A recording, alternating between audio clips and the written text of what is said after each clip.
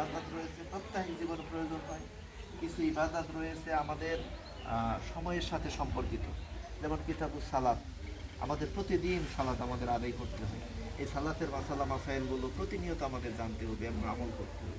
এটা এমন একটি বিধান যেটা প্রত্যেক দিনে সময়ের সাথে সাথে মুসলমানদের উপর ফরজ হয়ে যায়। কিন্তু কিতাবুস সিয়াম যখন পড়ব, রামাজান অধ্যায়, সিয়াম অধ্যায়, তখন আমাদের এটা রমজানের সাথে খুব গুরুত্বপূর্ণ। রমজানের আগে, রমজান যখন আসবে, আমাদের এই মাসালাগুলো তাড়াতাড়ি জেনে নিতে হবে। এই মাসালাগুলো আমাদের ওই সময় কি মানুষকে স্মরণ করে দিতে হবে, মসজিদের খুতবায় মানুষদেরকে স্মরণ করে দিতে হবে। কিতাবুল হজ যখন আসবে, বছরে একবার হজ আসে, এই হজ অধ্যায় যখন পড়ব, তখন আমাদের ওস্তাদ শিক্ষক একবার পড়িয়ে দিয়েছে, কিন্তু আমাদের জীবনে যতবার হজ আসবে ততবার আমরা এই হজ অধ্যায়টা পড়বো।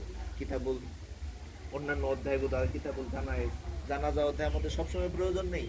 যখন আমাদের কেউ মারা যাবে, কেউ মারা গেল, তখন জানাজা অধ্যায়ের গুরুত্বপূর্ণ মাসালাগুলো সাথে সাথে তোমাকে কভার করতে হবে। এজন্য আমাদের জীবনের প্রত্যেক জীবনে এই অধ্যায়গুলো